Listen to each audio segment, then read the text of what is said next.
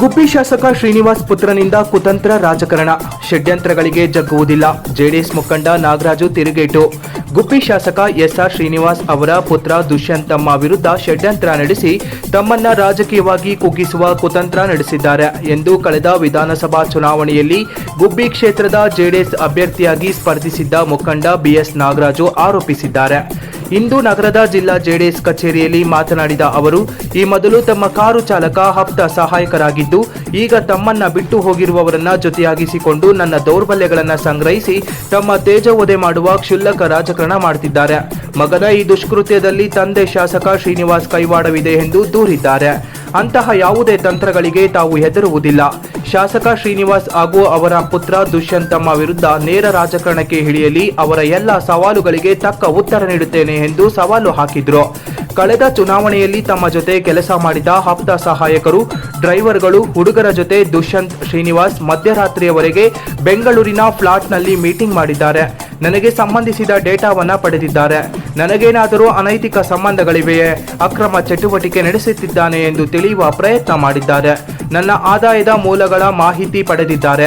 ಆದಾಯದ ಮೂಲಗಳಿಗೆ ಕಡಿವಾಣ ಹಾಕಲು ಹಾಗೂ ದೌರ್ಬಲ್ಯಗಳನ್ನು ಹಿಡಿದು ಅಪಪ್ರಚಾರ ಮಾಡಿ ತಮ್ಮ ತೇಜೋವಧೆ ಮಾಡುವ ಕುತಂತ್ರ ನಡೆಸಿದ್ದಾರೆ ಎಂದು ನಾಗರಾಜ್ ಹೇಳಿದ್ದಾರೆ.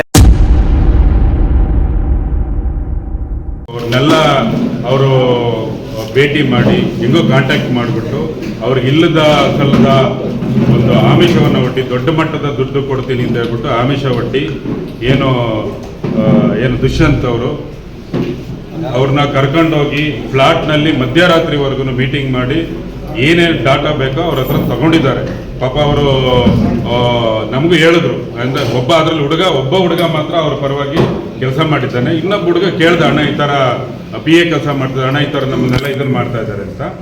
ಅದಾದಮೇಲೆ ನಮ್ಮ ರಂಜಿತ್ ಅಂತ ಹೇಳ್ಬಿಟ್ಟು, ನಮ್ಮ ಕಳೆದ ಬಾರಿ ನಮ್ಮ ರಂಜಿತ್ ಗೌಡರು ಅಂತ ಹೇಳ್ಬಿಟ್ಟು ಅವನು ಸಹ ನನಗೆ ಒಂದು ಇಂಟ್ ಕೊಟ್ಟ, ಅಣ್ಣ ಈ ಥರದ್ದೆಲ್ಲ ಮಾಡ್ತಾ ಇದ್ದಾರೆ, ನೀವು ಒಂದು ಸ್ವಲ್ಪ ಗಮನಿಸಿ ಅಂದಾಗ ನನಗೆ ಅದೆಲ್ಲ ಗೊತ್ತಾಯಿತು. ಅವರು ದೊಡ್ಡ ಮಟ್ಟದಲ್ಲಿ ಆಮೇಶ ಒಟ್ಟು ಏನೇನು ಕೆಲಸ ಮಾಡ್ತಾ ಇದ್ದಾರೆ, ಎಲ್ಲಿ ಅಂತ ಎಲ್ಲ ಡೀಟೇಲ್ಸ್ನ ತೊಗೊಂಡು ಅದೇನೇ ಮಾಡಿ ನಾವು ಅದನ್ನ ಮುಂದಿನ ದಿನಗಳಲ್ಲಿ ಅವ್ರು ನಮ್ಮ ಗುಬ್ಬಿ ತಾಲೂಕಿಗಳಿಗೆ ತಿರುಗಿ ನೋಡಿದಾಗೆ ನಾನು ಮಾಡ್ತೀನಿ, ಅಧಿಕಾರ ದುರುಪಯೋಗ ಪಡಿಸ್ಕೊಂಡು ಈ ಥರ ಎಲ್ಲ ಮಾಡ್ತಾ ಇದ್ದಾರೆ. ಅಂದ್ರೆ ಏನು ಡೇಟಾ ಸರ್ ನಿಮ್ಮದು? ಡೇಟಾ ಅಂದರೆ ಯಾವ ರೀತಿ ಡಾಟಾ ಅಂತ ಅಂದರೆ ನೋಡಿ, ನಮ್ಮದು ವ್ಯವಹಾರಗಳಿದ್ದಾವೆ. ನಾನು ಒಂದು ಚಿಕ್ಕ ಬಿಲ್ಡಿಂಗ್ ಕಟ್ಟಿದ್ರು ಅದನ್ನು ನಿಲ್ಲಿಸ್ತೀನಿ, ಮತ್ತು ಮನೆ ಕಟ್ತಾ ಇದ್ದೀನಿ ಗುಬ್ಬಿನಲ್ಲಿ, ಮುಂದಕ್ಕೆ ನನಗೆ ಇದೇ ತಾಲೂಕಿನಲ್ಲಿ ಇರಬೇಕು, ಜನದ ಜೊತೆ ಇರಬೇಕು ಅಂತ ಹೇಳ್ಬಿಟ್ಟು ಅದಕ್ಕೆ ಯಾವುದೇ ರೀತಿ ಪರ್ಮಿಷನ್ ಬರ್ದಂಗೆ ನಾನು ಮಾಡ್ತೀನಿ ಅಂತ. ಮತ್ತು ಅದೇ ರೀತಿ ನಮ್ಮದು ಗೊತ್ತಾಯಿದೆ, ಕ್ರಷರ್ ಇದೆ ಕುಣಿಗಿನಲ್ಲಿ, ಒಂದು ಕ್ರಷರ್ ಇದೆ, ಅದು ನಮ್ಗೆ ಗೊತ್ತಿಲ್ಲ, ನಾನೆಲ್ಲೂ ಹೇಳಿರಲಿಲ್ಲ.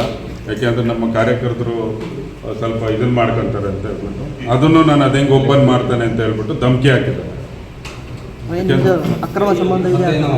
ಆಮೇಲೆ ನಮ್ಮ ಹುಡುಗರನ್ನ ಕೇಳಿದ್ದಾರೆ ಏನಂತ, ಯಾವ ರೀತಿ ನಾಗರಾಜು ಎಲ್ಲಿ ಹೋಗ್ತಾರೆ, ಎಲ್ಲಿ ಬರ್ತಾರೆ, ಏನು ವ್ಯವಹಾರ ಮಾಡ್ತಾರೆ, ಅವ್ರಿಗೇನಾದ್ರೂ ಅಕ್ರಮ ಸಂಬಂಧಗಳೇನಾದರೂ ಇದ್ದರೆ ಅದ್ರ ಬಗ್ಗೆ ನೀವು ಹೇಳಿ.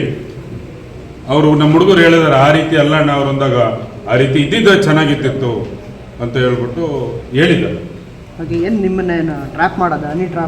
ಗೊತ್ತಿಲ್ಲ ಅವ್ರ ಉದ್ದೇಶ ಏನಂತಂದ್ರೆ, ನೇರವಾಗಿ ರಾಜಕಾರಣ ಬಗ್ಸಕ್ಕೆ ಆಗೋದಿಲ್ಲ ಇವನ್ನ. ಮತ್ತೆ ನಮ್ಮ JDS ಕಾರ್ಯಕರ್ತರು ತಾಲೂಕಿನಲ್ಲಿ ಸದೃಢವಾಗಿದ್ದಾರೆ, ನೇರ ಫೈಟ್ ಮಾಡೋಕ್ಕಾಗೋದಿಲ್ಲ ಮುಂದಿನ ದಿನಗಳಲ್ಲಿ ಅಂತ ಹೇಳ್ಬಿಟ್ಟು ಕುತಂತ್ರ ರಾಜಕಾರಣ,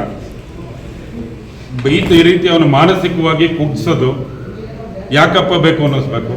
ಆ ರೀತಿ ಅಧಿಕಾರವನ್ನು ದುರುಪಯೋಗ ಪಡಿಸ್ಕೊಳ್ಳಲಿಕ್ಕೆ ಅವ್ರು ಮಾಡಿದಂಥ ಇದು ಕುತಂತ್ರ. ಈ ಕುತಂತ್ರಕ್ಕೆಲ್ಲ ಖಂಡಿತ ನಾನು ಬಗ್ಗದಿಲ್ಲ.